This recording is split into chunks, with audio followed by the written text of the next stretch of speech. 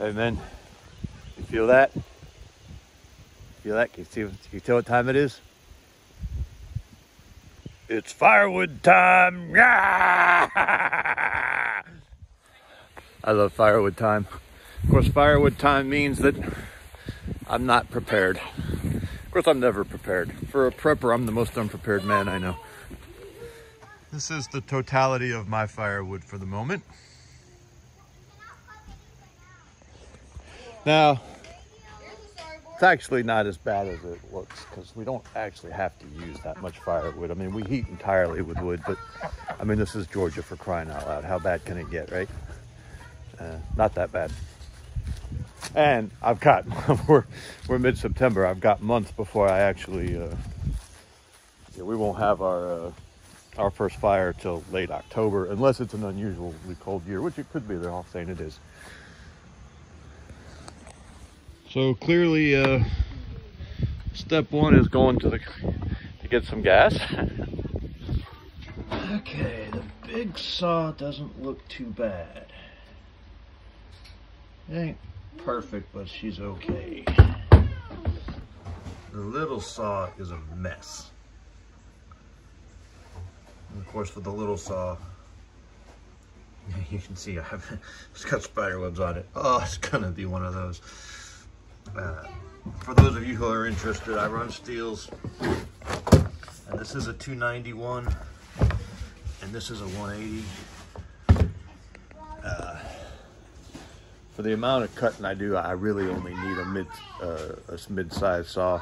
I would be best served with one MS 250 probably, but I do cut some bigger stuff sometimes, so I wanted the bigger bar.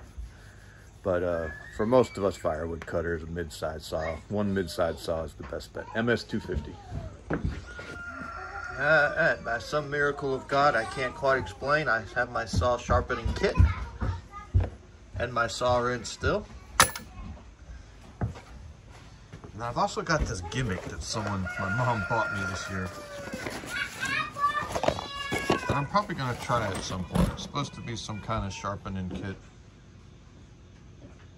I'm gonna see how it works. But the files are weird. And they don't tell me what size they are. I'm willing to bet this thing is hell on a chain. As far as just taking a bunch off all at once. But it'll be a fun experiment. And of course, always use good saw gas and good bar oil.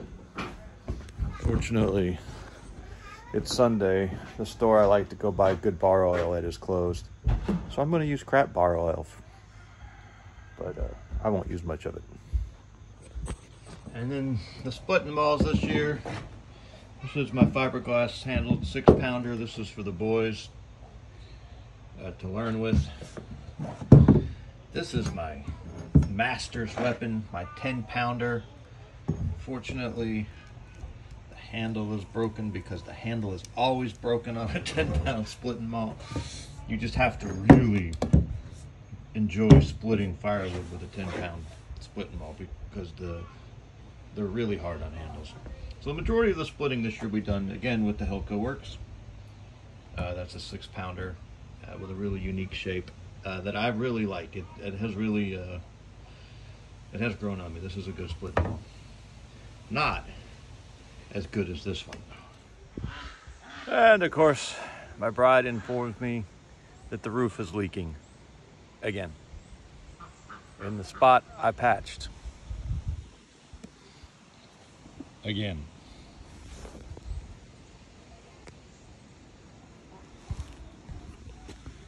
So is it firewood time? It might be roof repair time. Let me check this out and see. I think roof repair may be effectuated. And if not, I may be about to find out anyway. I know what you're saying. I hear you already in my head. Boy, stop dicking around with that thing and fix it right. Looks like a damn hippie's blue jeans up there with all them patches.